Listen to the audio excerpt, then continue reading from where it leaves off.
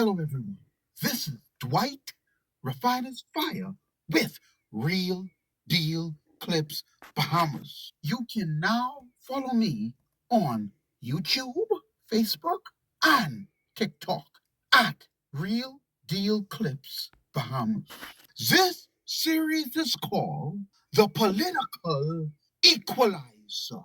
This is clip number 376. This is the case of $156 billion heist. Who did it and how? Part 3. Take a listen. It's not really concerned about maximizing because there are no performance parameters in the act for the management company. So normally when you hire a management company, it's based on performance parameters that they want to come in and run a company or entity more efficiently than it's being run. And in exchange for that, they normally take 1 to 2% of the company's gross. But the way this management company is set up in the act, it's not configured like that. How is it configured then? Like I said earlier, there are no performance parameters in the act for the management company. So absent of those performance parameters, I don't know what this entity, what their purpose is. I don't know if you're following me, especially if there are not performance parameters in place. Yes. Okay, you do X, Y, Z for us, and in return, this is how you benefit. That's what you call a business arrangement, a going concern. That's not indicated in the act. So does that mean that people can just do what they feel like doing willy-nilly, or just fake it, or just pretend? There are no performance parameters, and there's no corporate governance other than the Prime Minister himself. So normally, you would have corporate governance in place. They say a company can do this, they can do that, they can do X, Y, Z. Those governance aren't laid out in the act. So essentially, this company, and then the Prime Minister's only oversight. Because he appoints the council to oversee the funds that are derived from the entity. What are you saying? Are you? Steve McKinney, simply put, all kind of skullduggery going on behind the scenes that will benefit Brave Davis and the small handful of Bahamians who involve in the scheme. I've analyzed the act. I can only tell you what's in the act. In other words, Prime Minister Philip Davis is the end-all, be-all. He is the man in charge. He get to pick the managing company. He can hire. He can fire them at will. He gets to do whatever he wants. Full control, full access to carbon credit worth annually $156 billion. Have any of you seen the Avengers Endgame, the movie? You should have gone for the head.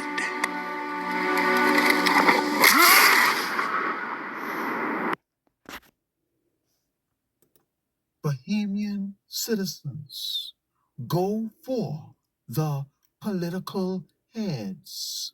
Philip Davis is like Thanos. All he got to do is snap his finger and he gets what he wants. Some of us still ain't get it. If you ain't here and your bloodline ain't here, who can take Philip Davis and his bloodline to court and get the money that rightfully belongs to every Bahamian citizen? That's why when we tell you, when we make this clarion call, show up 30,000, 50,000, 100,000 strong, it's because now is the time to fight for what rightfully belongs to you. You don't put on for tomorrow what you could do today. He's a real life villain. If you're saying that to me, you're telling me that the Prime Minister then is the end-all be-all in this whole thing, this operation with this climate change thing. It's in the act. But how can that be in the act? I read the act and I They analyzed it. didn't write this act. This was the act that was there that was passed on to them from the previous government, or what was this? I don't know how the act was developed and who's responsible, but Well, I somebody directed the act. analyzed the act, and the act doesn't seem to have performance parameters in place for the management company. I get that. That was And that's first incorrect. glaring. That's the first big error right there. That was glaring to me. And then the corporate governance side of it and the oversight. And then these things are important because for Bahamians, if you have an allocation of carbon credits, you want to know the amount. Exactly. You also want to know what those carbon credits are sold for. That's all you need to know. How much carbon credits they're going to give me and how much I can sell them for. There's no transparency in terms of pricing. There's no transparency in terms of pricing. And quantity. There's no mechanism in place that requires, I don't want to say the government, because in the act, it's just the prime minister. There's no mechanism that's in place for the prime minister to tell you, or management company has no onus to the Bahamian people to tell them anything. So it would have to be the prime minister. So we get the duck egg again on this particular measure. That's what you're saying to me right now. Because we can't move any further if this man is the only entity on this thing. He appoints all the boards of the custodian people, and then of course everything is answerable. Well, it's the prime minister and the minister of finance, who I would think is the same person. Same people. Right. So, just for clarity, you're going to have a situation where Bahamians. So can somebody get that corrected now? I mean, now that we are in the preliminary stages of this. Well, thing, the prime can it be minister corrected now? in the act, Mhm. the prime minister has the authority to change everything. So he can set up a different entity, but in the act, he can't assign the same carbon credit to both of those entities. Okay. But he can set up a different entity. In other words, Bahamian citizen, Carbon Management Limited is on the books. They have a website. They list all their partners, blase, blase, blase. So we have to now, hopefully, eventually, disclose what Carbon Management Limited doing.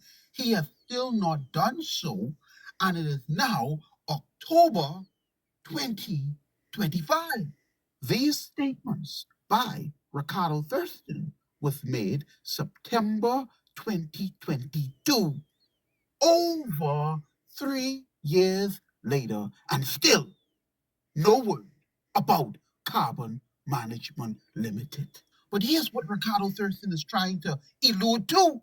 He could set up multiple management companies, unbeknownst to us, and be selling carbon credits that we have no idea what he's selling. All he have to do is assign a different set of carbon credits to these different entities and or management companies. Now, let me point out to you a red flag. On Carbon Management Limited web page, there is a company called Carbon Capital.